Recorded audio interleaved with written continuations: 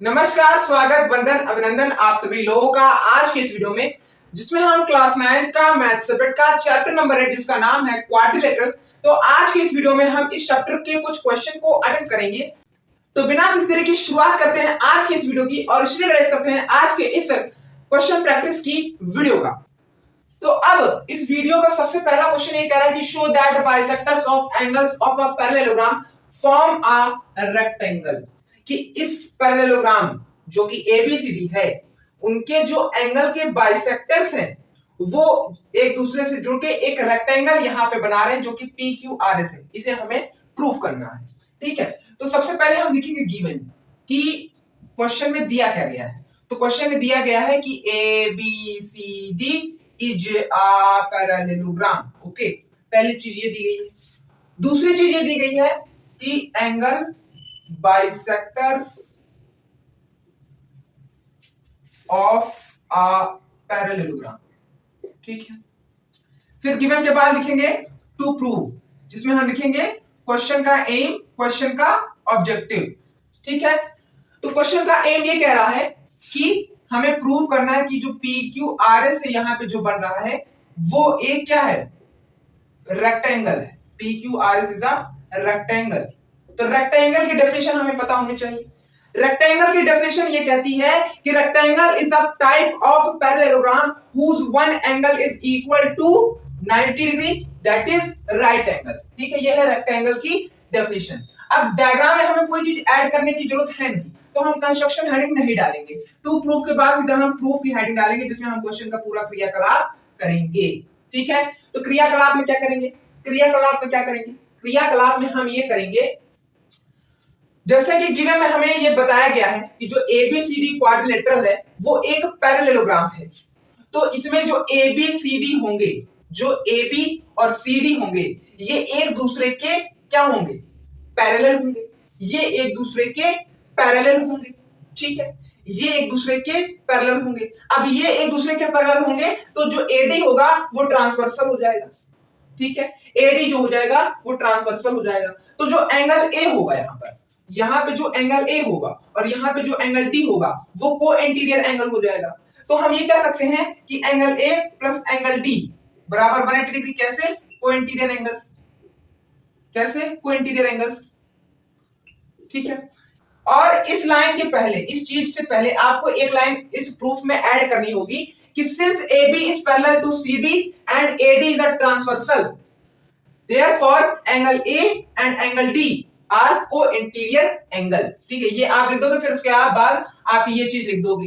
ठीक है, जब आप ये चीज लिख दोगे तो अच्छा आपने ये देखा कि ये जो DS है और इसमें जो AS है ये एंगल बाइसेक्टर है एंगल A और एंगल D का। मानते हो कि नहीं? तो मैं ये कह सकता हूं एंगल A को ट्वाइस ऑफ एंगल A। ठीक है, अगर मैं सिर्फ और सिर्फ इस एंगल की बात करूं, किसकी बात करूं, सिर्फ और सिर्फ angle AS, twice of angle A, twice of angle A, twice of angle A नहीं लिखेंगे। अच्छा, इसे अगर इस एंगल को यहां पे एंगल बनने वाले को हम कहते हैं एंगल नंबर 1 और यहां पे बनने वाले एंगल को कहते हैं एंगल नंबर 2। ठीक है, ठीक है, तो क्यों, क्योंकि ये जो है यहाँ पे DS ये एंगल D का बाइसेक्टर है और यहाँ पे जो AS है वो एंगल A का बाइसेक्टर है। तो ये यहाँ पे बनने वाला एंगल इस एंगल के बराबर होगा, यहाँ पे बनने वाला एंगल इस एंगल के बराबर होगा। तो मैं सिर्फ हाफ एंगल की बात कर रहा हूं। तो जो एंगल 1 होगा, जो एंगल 1 होगा, तो एंगल A को हम क्या लिख सकते हैं, एंगल को A को हम लिख सकते हैं twice of angle 1। Angle D को उसी प्रकार से हम लिख सकते हैं ट्वाइस ऑफ एंगल D बराबर 180 डिग्री। ठीक है, ट्वाइस ऑफ एंगल D बराबर 180 डिग्री। ठीक है, अब इस एंगल 1 एंगल D क्यों लिखेंगे, एंगल 2 लिखेंगे ना। अब इस एंगल 1 और एंगल 2 से 2 कॉमन ले लेंगे तो हमें मिलेगा 2 ब्रैकेट में एंगल 1 प्लस एंगल 2 बराबर 180 डिग्री। तो वैल्यू आ जाएगी एंगल 1 प्लस एंगल 2 की 90 डिग्री। कैसे आ जाएगी, 2 इस तरफ आ जाएगी तो 90 डिग्री आ जाएगी सिंपलीफिकेशन करने पर। तो इस एंगल और इस एंगल का सम 90 डिग्री बराबर आ जाएगा। तो फिर हम लिखेंगे in a triangle ASD, in a triangle ASD angle 1 plus angle 2, मान लीजिए इस एंगल को हमने कह दिया एंगल नंबर 3 प्लस एंगल 3 बराबर 180 डिग्री। किस तरीके से हमने इस चीज को लिखा, तो angle sum property of triangle, ठीक है, angle sum property of triangle, यहां पे ऑफ ट्रायंगल लिखेंगे ना, angle sum property of triangle, ठीक है। एंगल 1 प्लस एंगल 2 की वैल्यू थी यहाँ पे 90 डिग्री, तो 90 डिग्री प्लस एंगल 3 बराबर हो जाएगा 180 डिग्री के। अब एंगल 3 की वैल्यू निकालने के लिए 90 डिग्री को इस तरफ भेजेंगे तो एंगल 3 की वैल्यू आ जाएगी 90 डिग्री। क्यों? क्योंकि यहाँ पे प्लस था, यहाँ पे जाएगा माइनस में हो जाएगा, तो 180 डिग्री माइनस 90 डिग्री बराबर 90 डिग्री, तो एंगल 3 इस प्रकार से 90 डिग्री के बराबर हो जाएगा। अब एंगल 3 अगर 90 डिग्री हो गया तो मैं यहाँ पे कह सकता हूँ, मैं यहाँ पे कह सकता हूँ, मैं यहाँ पे कह सकता हूँ, मैं यहाँ पे कह सकता हूँ कि एंगल 3 बराबर angle R S P, angle R S P बराबर कितना 90 डिग्री। कैसे हो गया? वर्टिकली ऑपोजिट एंगल है, तो इसलिए ये और ये एंगल बराबर हो जाएंगे। अब चूंकि एंगल 3 90 डिग्री का है तो इसलिए एंगल आर एस पी भी 90 डिग्री का हो जाएगा। कैसे बराबर होगा? क्योंकि ये दोनों एंगल वर्टिकली ऑपोजिट एंगल के पेयर हैं, ठीक है। ये था क्वेश्चन का सिर्फ और सिर्फ 25% पार्ट। अभी टोटल 75% पार्ट भी बाकी है। इसका स्क्रीनशॉट ले लीजिए या कॉपी में वीडियो को पॉज करके लिख लीजिए, फिर उसके बाद मैं इसको इरेज करके आगे सॉल्व करता हूं। अच्छा, अब यहां पे PQRS का एक एंगल 90 डिग्री बराबर हो गया, बट अभी भी इस PQRS को एक रेक्टेंगल नहीं बोल सकते। क्यों नहीं बोल सकते? क्योंकि सिर्फ और सिर्फ इसका एक ही एंगल 90 डिग्री बराबर हुआ है, लेकिन रेक्टेंगल की डेफिनेशन ये कहती है कि ऐसा क्वाड्रिलेटरल, ऐसा पैरेललोग्राम जिसका एक एंगल 90 डिग्री के बराबर हो और वो एक पैरेललोग्राम हो तो उसे रेक्टेंगल बोलते हैं। तो इसका सिर्फ और सिर्फ एक एंगल 90 डिग्री बराबर हुआ है, राइट एंगल हुआ है, लेकिन अभी इसका पैरेललोग्राम होना बाकी है, ठीक है, पैरेललोग्राम होना बाकी है। तो मैंने आपको इस चैप्टर के सेकंड पार्ट वीडियो में मैंने आपको बताया था कि किसी भी पैरेललोग्राम, किसी भी क्वाड्रिलेटरल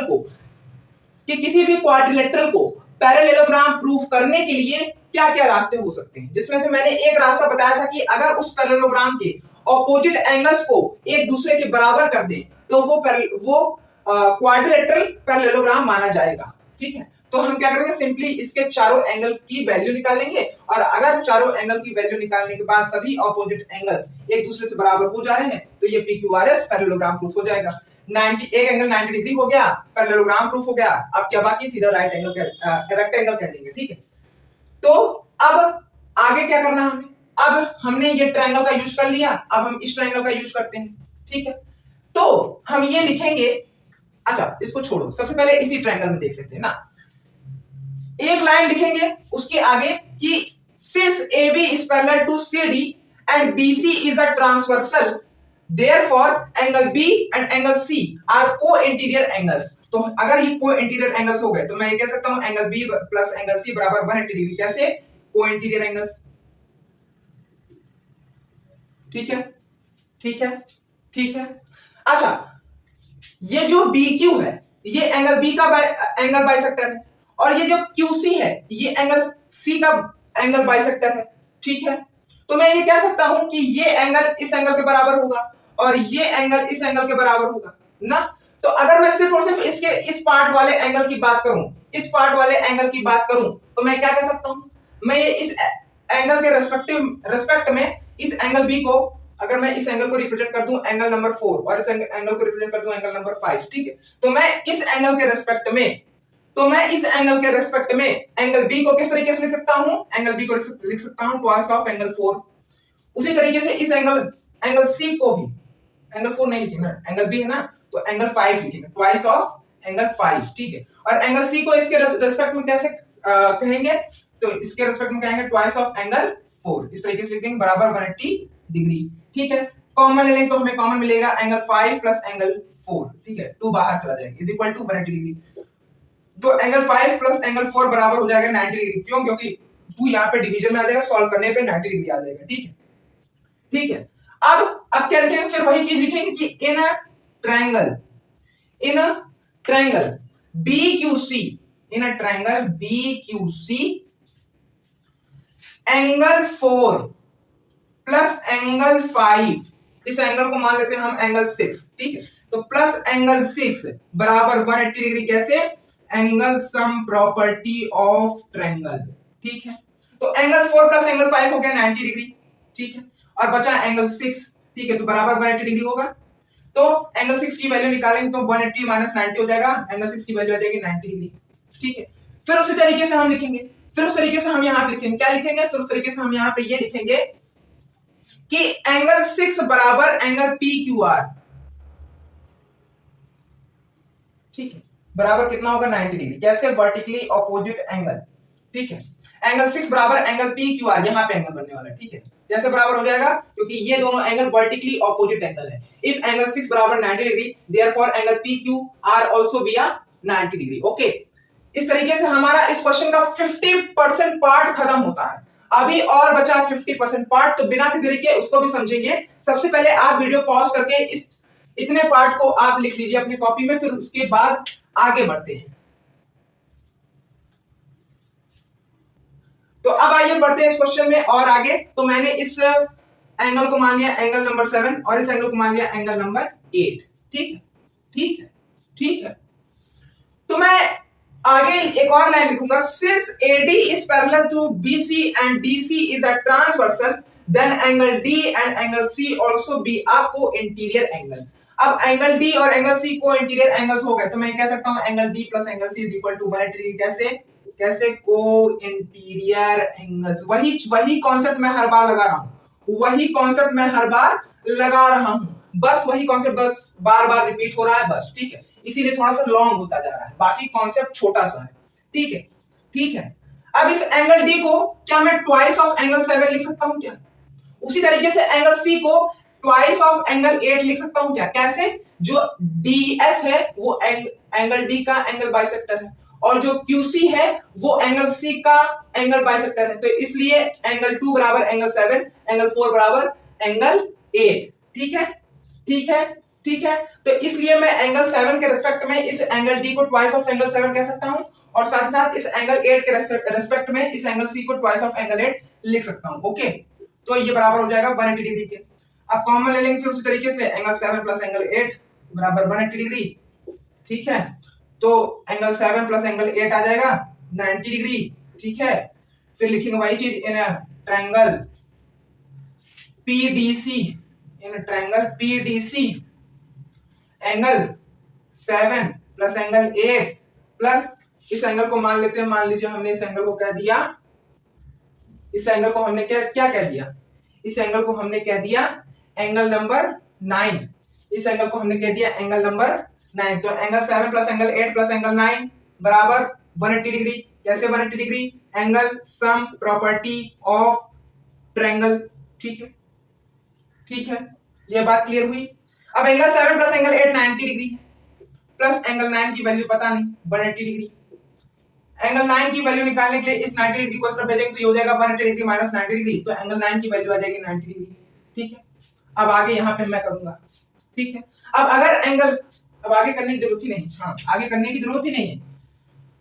ये एंगल निकल आया, ये एंगल निकल आया, ये एंगल निकल आया, अब बस बाकी है एक और एंगल। ठीक है, जल्दी से इस चीज को लिखो। अभी 75% काम कंप्लीट हुआ है इस क्वेश्चन का, अभी 25% बाकी। जल्दी वीडियो पॉज करके लिखो, आगे बढ़ना है इस क्वेश्चन में हमें। तो अब आइए इस क्वेश्चन में और आगे बढ़ते हैं। इस एंगल को मान लीजिए मैंने कहा एंगल नंबर 10, इस एंगल को मान लीजिए मैंने कहा एंगल नंबर 11। ठीक है, आगे एक और लाइन लिखेंगे कि if since AD is parallel to BC and AB is a transversal, since AD is parallel to BC and AB is a transversal, therefore angle A and angle B are co-interior angles। तो अगर co-interior angles हो गए तो उसी तरीके से मैं फिर से लिखूंगा कि एंगल A, चल जा, angle A plus angle B बराबर 180 डिग्री। कैसे 180 डिग्री हो जाएंगे, को-इंटीरियर एंगल्स, को-इंटीरियर एंगल्स। अब इस एंगल के रिस्पेक्ट में हम एंगल A को रिप्रेजेंट कर सकते हैं ट्वाइस ऑफ एंगल 10 और उसी तरीके से इस एंगल के रिस्पेक्ट में एंगल B को हम रिप्रेजेंट कर सकते हैं ट्वाइस ऑफ एंगल 11। ठीक है, बराबर 180 डिग्री। ठीक है, कॉमन ले लेंगे तो हमें मिलेगा 2 ब्रैकेट में एंगल 10 प्लस एंगल 11 बराबर 180 डिग्री। तो एंगल 10 प्लस एंगल 11 बराबर हो जाएगा 90 डिग्री। ठीक है, अब वही चीज और आगे लिखेंगे इन ट्रायंगल ARB। ठीक है, एंगल 10 प्लस एंगल 11 प्लस इस एंगल को मान लीजिए कह दिया एंगल नंबर 12। ठीक है, प्लस एंगल 12 बराबर 180 डिग्री। कैसे 180 degree, angle sum property of triangle. Okay, angle 10 plus angle 11 हो गया 90 डिग्री। एंगल 12 नहीं पता तो इस तरीके से लिख देंगे 180 डिग्री। एंगल 12 की वैल्यू निकालने के लिए 90 डिग्री को इस तरफ भेजेंगे तो एंगल 12 की वैल्यू निकल आएगी 90 डिग्री। ठीक है, तो एंगल 10 की भी वैल्यू निकल आई 90 डिग्री। अब इस क्वाड्रिलेटरल को यहाँ पे जो बना ना PQRS, इसको थोड़ा सा जूम कर देते तो थोड़ा समझ में आ जाएगा। ठीक है, ये हो गया आपका PQRS क्वाड्रिलेटरल। इसमें चारों एंगल्स की वैल्यू निकल आई है 90 डिग्री, जैसा कि आप अपने कॉपी में देख के जान सकते हो। है कि नहीं इसके चारों एंगल 90 डिग्री यानी कि राइट एंगल? जी हाँ, बिल्कुल है। आप इसके साथ साथ एक और चीज नोटिस कर सकते हो कि इसके pair of opposite angles, both pair of opposite angles are equal to each other, therefore PQRS is a parallelogram, ठीक है। अब PQRS पैरेललोग्राम हो गया और इसका एटलीस्ट एक एंगल 90 डिग्री यानी कि राइट एंगल हो गया, तो इसलिए PQRS एक रेक्टेंगल माना जाएगा। ठीक है, अब इसके बाद आपको ये डायग्राम बनाने की जरूरत बिल्कुल भी नहीं है, ये मैंने आपको समझाने के लिए बताया था। इसके बाद आपको कुछ लाइन लिखनी है जो कि मैं आपको अभी बता दे रहा हूं कि since both pair of opposite angles are equal to each other in a quadrilateral PQRS, therefore PQRS is a parallelogram। Okay, फिर उसके बाद दो लाइन और लिखनी है कि since PQRS is a parallelogram and its one angle is equal to 90 degree, that is right angle, therefore parallelogram PQRS is also be a rectangle। फिर उसके बाद दो शब्द और लिख देने हैं, hence proof। एक चीज देख सकते हो इस क्वेश्चन के सॉल्यूशन में कि जिसका इस क्वेश्चन का जो कॉन्सेप्ट था वो सिर्फ इतना ही बड़ा था, और इतना ही बड़ा कॉन्सेप्ट इस पूरे क्वेश्चन को प्रूफ करने के लिए, इस पूरे इतने से एम को प्रूफ करने के लिए 4 टाइम्स इतना छोटा सा कॉन्सेप्ट यूज हुआ, इसीलिए इसका जो प्रूविंग प्रोसेस था वो थोड़ा सा लेंदी हो गया। बाकी कॉन्सेप्ट तो इसका बहुत ही छोटा है, इसका कॉन्सेप्ट बहुत ही छोटा है। ठीक है, जिसके अंदर इतना पेशेंस होगा वो यहां तक पहुंचेगा, जिसके अंदर इतना पेशेंस नहीं होगा वो यहां तक नहीं पहुंच पाएगा, कितनी भी कोशिश कर ले वो। पेशेंस रखो, विश्वास रखो, जो तुम कर रहे हो वो सही कर रहे हो। जितना चीज मैंने आपको समझाई उतनी चीज समझ में आई हो, भले ही मैंने एक क्वेश्चन कराया हो इस वीडियो में, वो सब चीज समझ में आई हो। तो वीडियो को लाइक, वीडियो को शेयर, चैनल को सब्सक्राइब जरूर करके जाना, क्योंकि बहुत मेहनत लगी इस क्वेश्चन को सॉल्व करके वीडियो को बनाने में। ओके, तो लास्ट तक के लिए बने रहने के लिए थैंक यू सो मच।